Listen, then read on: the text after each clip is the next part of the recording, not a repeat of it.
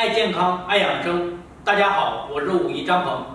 今天为大家分享的方法是调理咽炎。很多人在天冷或者是夏天到空调房里，嗓子都会咳嗽，吃冷饮也会咳嗽，平时会发痒、干痒等这些问题。前几天路过一个就是调理我们大椎的一个方法，就是手放在我们大椎这儿，这个的是把另外一只手的劳宫穴对着我们嗓子下面。嗓子下面呢，往下这个窝天突穴的位置。大家如果衣服领子不方便，可以把扣子解开，然后把这个劳宫穴放在这里，轻轻的放在这里，不要用劲挤压，这样的话整个人会很不舒服，就轻轻往那一放就可以。然后另外一只手劳宫穴就放在我们大椎这个地方。好，这样做，保持这个姿势。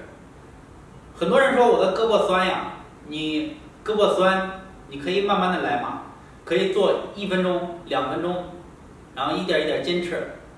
做这会有什么样的变化呢？当你嗓子不舒服或者嗓子凉、咳嗽的时候，你当把这个动作放在这里，2个手掌开始从这里发热，相对往你的喉咙里面传递，随着它的热度越来越的增加，你的嗓子会慢慢的变得很舒服，甚至你做个几分钟以上，可能你前面的手都会有潮湿的，然后或者是手比较冰凉的感觉，这些都是属于正常的调理反应。